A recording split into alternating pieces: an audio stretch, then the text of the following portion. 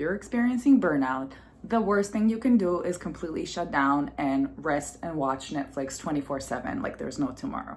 Why? Because you're essentially teaching your body to go from either hyperdrive to complete shutdown with nowhere in the middle.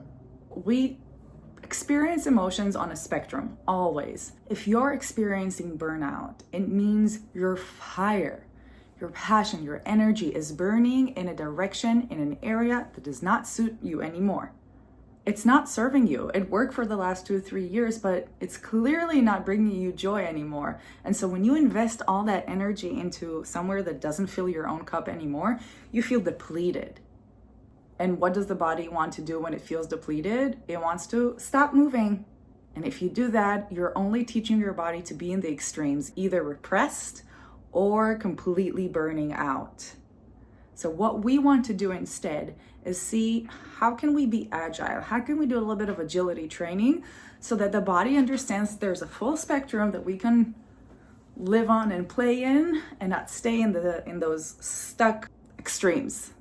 So if you're experiencing burnout, I want you to try this. I want you to think about redirecting your fire from whatever is not serving you to whatever brings you the most joy. Things that nourish you, like doing your hobbies, like traveling, like baking if that's your thing, spending time with people you love. This teaches your body that hyperdrive or burning your fire really hard is inherently neutral. It's not a bad thing. It only hurts you when it's directed at the things that don't fill you up. If you can take that fire, and redirect it from the things that are not bringing you joy to things that can bring you joy and do bring you joy, this is what you want to do to teach your body, to train your nervous system that it's okay to burn bright. It is okay to be passionate. It is great. You're able to then embody a state of joy, which is exactly what you're missing when you're in burnout. Here's what it can look like in practicality. Taking paid time off or unpaid time off according to your capacity. Asking for help with running chores and errands from friends, family, or hiring to do that if you have the ability. Forcing yourself, yes, I said that, to go take a class in whatever it is that you like doing. Dance, art, sports, whatever it is. Get out of the house and engage in the activity that brings you joy. Getting out of your house daily for a 1-hour walk. Going to stay with people you know and love outside the environment. Friends, family in a different city, state, or country. Picking up the creative projects that you haven't touched in a while.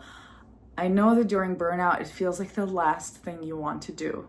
But once you get over the initial hump of picking up the project and you do it for 30 minutes, an hour, you get back into the creative flow state, which you so sorely miss right now. And doing something that you've never done before. Trying something new, being a child again, being a beginner again, discovering the joy of failing. The way to show yourself compassion is through showing yourself you have the ability, you have the capacity to feel joy, even when you're going through a hard time. It is not by shutting down completely and stopping action. If you found this helpful, you should join us at Body at Home. Body at Home is the container where you get to harness the power that you have in your body while dancing and direct it specifically into your career world. So if you have a job, a business, or both, if you're a dance enthusiast and you know that you have this really deep power that comes out only when you dance, this is where you get to harness that power and transform your career to the next phase. If you've been in talk therapy for a while and you see your patterns, but something is stopping you from really changing them, from diving in and changing them physically, this is where you get to do that. You can find all the information in the link.